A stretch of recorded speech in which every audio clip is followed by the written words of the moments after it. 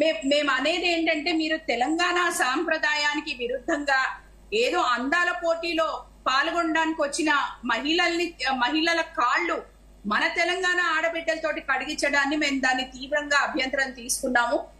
ఇంకోటి మీరు ఏదన్నా వాళ్లకు ఇప్పుడు నేను ఒక మంత్రి గారిది నిన్న స్టేట్మెంట్ చదువుతున్నాను.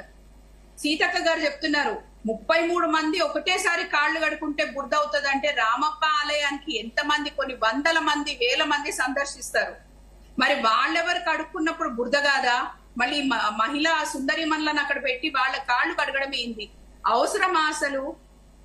వాళ్లకు ఏ అర్హతతో? అంటే అందాల పోటీలు అన్నవి ఒక కమర్షియల్ వాల్యూతో చేసుకునే ఇది ఒక ఆర్గనైజ్ చేస్తారు.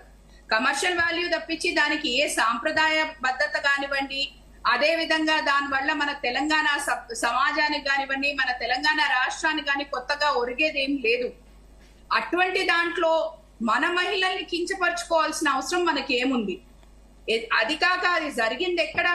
వరంగల్ అంటే ముందు నుంచే పోరుగడ్డ అని చెప్పి, ఓరుగల్లు అంటేనే రాణి రుద్రమదేవి లాంటి వాళ్ళు, అదే విధంగా సమ్మక్క సారక్క లాంటి వాళ్ళు ఉన్న ప్రదేశం అది. అంటే మహిళలకే కీర్తి తెచ్చి మన మహిళా శిరోమణులు అని చెప్పి పెట్టుకునే జిల్లాలోకి వెళ్ళి మీరు మహిళల్ని అంత తక్కువ చేయడం దాన్ని ఎట్లా చూడాలి? ఎందుకు మీరు చేసేది అది? మీరు అంటే ఎన్నో ఇంకా వేరే పద్ధతులు లేవా మీ దగ్గర? ఏ పద్ధతితోనైనా కానీ మీరు వాళ్లకు సత్కారం చేయొచ్చు, మీరు వాళ్ళని ఆహ్వానించవచ్చు, మీరు వాళ్ళకి ఏదైనా చేయొచ్చు. కానీ ఈ రోజు ఇదొక్కటే వాళ్ళు కాళ్ళు కడుగుతేనే వాళ్ళది పద్ధతి అనుకోవాల్సిన అవసరం లేదు. మీరు అది కాక మీరు తీసుకెళ్తున్నది వాళ్ళని ఆలయాల్లోకి. ఆలయాలన్న దగ్గర మన దగ్గర ఆచారాలు సంస్కారాలు మన దగ్గర మొదలే ఉంటాయి. మరి ఇటువంటి వివిధ మతాలు వివిధ దేశాల నుంచి వచ్చిన మహిళల్ని మీరు అక్కడ తీసుకెళ్తున్నప్పుడు వాళ్లకు మీరు చూపించాల్సింది ఏంది?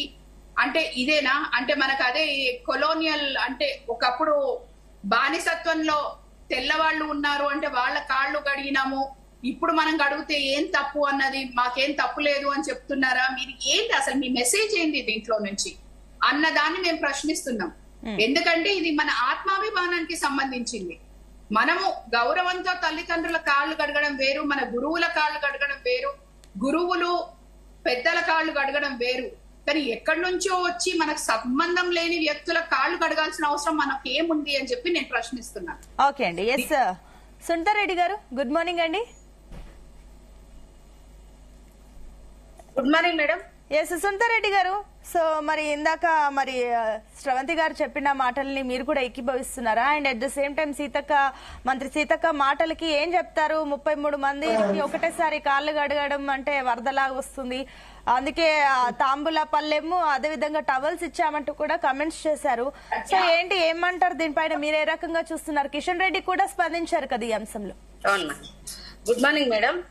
జీ న్యూస్ ప్రేక్షకులకు, ప్యానెల్లో ఉన్న శ్రవంతి గారికి, మీకు అందరికి గుడ్ మార్నింగ్. ఇప్పుడు గుడికి పోతే బురద అవుతుందని చెప్పేసి కాళ్ళకు వెండి పల్లాలు ఇచ్చి టవల్స్ ఇచ్చి వాళ్ళని కూర్చోబెట్టి ఇంటికి పెళ్లి చేస్తే అల్లుడికి కాళ్ళు కడిగినట్టుగా కాళ్ళు కడిగిచ్చి మన ఏదైతే మన మహిళలతోని, అది మన గిరిజన మహిళలతోని వాళ్ళ కాళ్ళు కడిగిచ్చి వాళ్ళ కాళ్ళు తూడిపించి ఇదంతా ఏ రకమైన సాంప్రదాయమో, అసలు ఏ సాంప్రదాయమో అది ఏం చెప్పదలుచుకున్నారు? సీతక్క గారిని కూడా నేను ఒక మాట అడుగుతున్నా. తను కూడా ఒక గిరిజన బిడ్డ. ఆ గిరిజన ప్రాంతంలో నుంచి బయటకు వచ్చి గెలిచి ఈ రోజు మంత్రి పదవులు ఉన్న బిడ్డ ఆమె. ఇదేనా మన దేశ సాంప్రదాయం గాని, తెలంగాణ సాంప్రదాయం గాని, ఆత్మ గౌరవం గాని, ఇవేనా మనం అన్ని దేశాలకు చెప్తున్నది? మా సాంప్రదాయం వచ్చిన వాళ్ళకి కాళ్ళు కడగడము, వాళ్ళ కాళ్ళు తూడము, ఈ సాంప్రదాయాన్ని మీరు విదేశాల ముందు పెట్టబోతున్నారు. ఇది కాదు కదా. తెలంగాణ బిడ్డల భారతదేశ మహిళల పరువు తీసుడే కాకుండా ఇంకా సమర్థించుకోవడం ఏంది?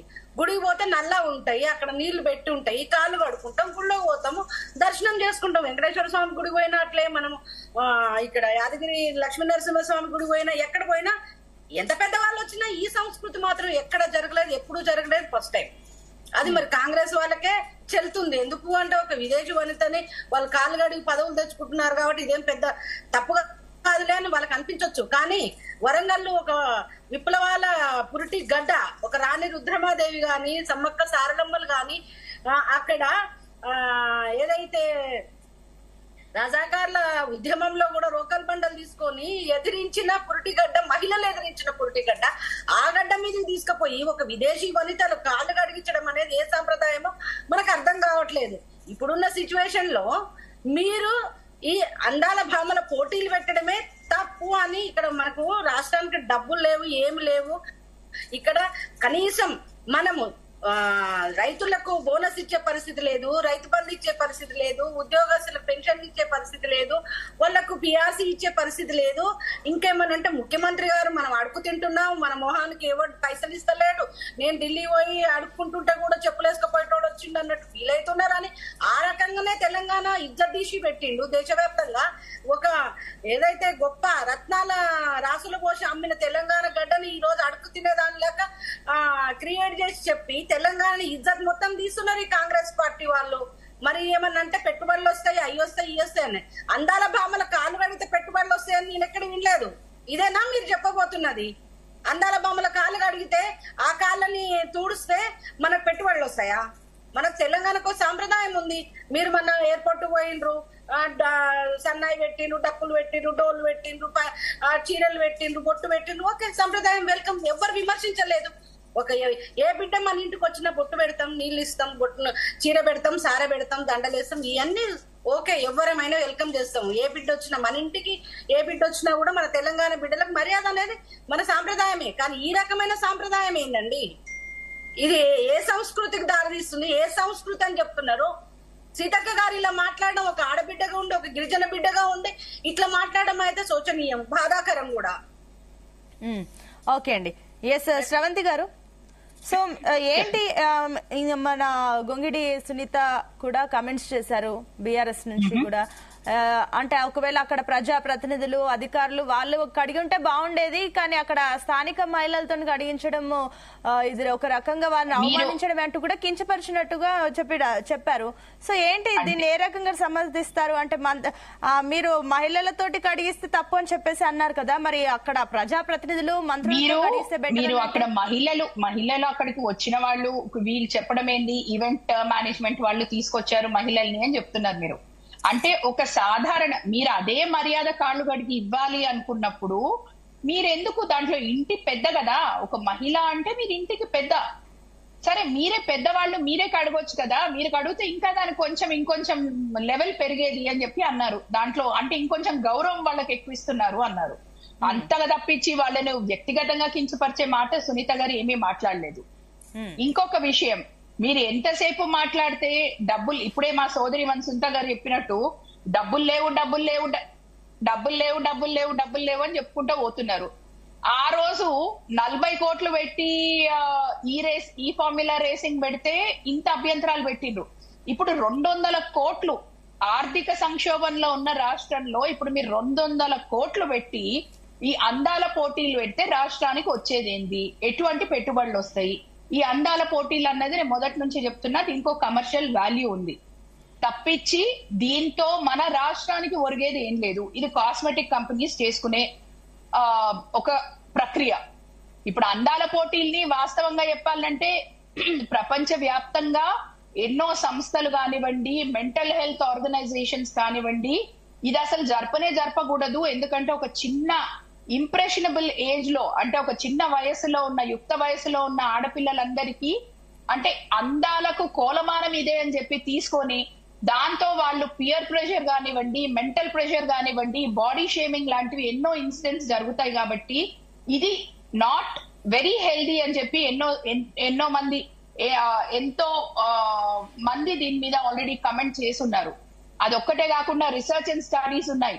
అది కాకుండా మహిళా సంఘాలు కూడా చాలా వరకు దీన్ని వ్యతిరేకించిన ఇన్స్టెన్సెస్ ఉన్నాయి. ఇవన్నీ ఉన్న తర్వాత కూడా మీరు తీసుకొచ్చినారు, మీరు బ్రాండ్ ఇమేజ్ పెంచుతారు. కొత్తగా తెలంగాణకి, హైదరాబాద్ కి మహిళా సుందరి మనలు వచ్చిన తర్వాత బ్రాండ్ వాల్యూకి ఏం యాడ్ అవుతుందో నాకు అర్థం కాలేదు. అంటే ఈ రోజు బ్రాండ్ వాల్యూ అంటే తెలంగాణ మొదటి నుంచి మీరు ప్రపంచంలో చూస్తే the city of biryani, city of pearls అని చెప్పి హైదరాబాద్ ఆల్రెడీ ఒకటి ఉంది. టెక్నాలజీలో ఈరోజు డేటా సెంటర్ అంటే హైదరాబాద్ అంటారు. మరి ఇటువంటివన్నీ ఉన్నాయంటే దానికి ఒక కోలమానం వచ్చింది. మరి ఈ అందాల పోటీతో ఏ వాల్యూ అడిషన్ చేస్తున్నారు, ఏం చేస్తున్నారు? 200 కోట్లు ఖర్చు చేసి దాంట్లో నుంచి ఏం రాబడి తీసుకొస్తున్నారు ఈ తెలంగాణ రాష్ట్రం, ఈ ప్రభుత్వం? ఒకటండి, ఎప్పుడో 200 కోట్లు దాటిపోయి వాళ్ళు అఫీషియల్ ఫిగర్ మనకు 200 ఇచ్చింది కాబట్టి 200 పెట్టుకొని పోదాం.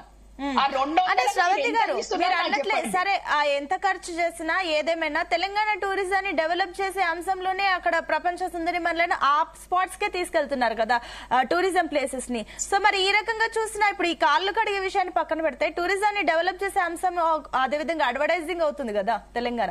మీరు ఒక్క మాట నాకు చెప్పండి, అందాల పోటీలను ఎంతమంది చూస్తున్నారు? మీరు ఒక రాష్ట్రపతి వచ్చిండ్రో లేకపోతే ఏదో రాష్ట్రం నుంచి వీళ్ళు పెద్దవాళ్ళు వచ్చినారు వాళ్ళని తీసుకుపోయినారంటే మీడియా ఫోకస్ ఎంత ఉంటది, మీడియా అటెన్షన్ ఎంత ఉంటది? ఈ అందాల పోటీకి ఎవరు చూస్తారు? అండ్ మీరు ఒకవేళ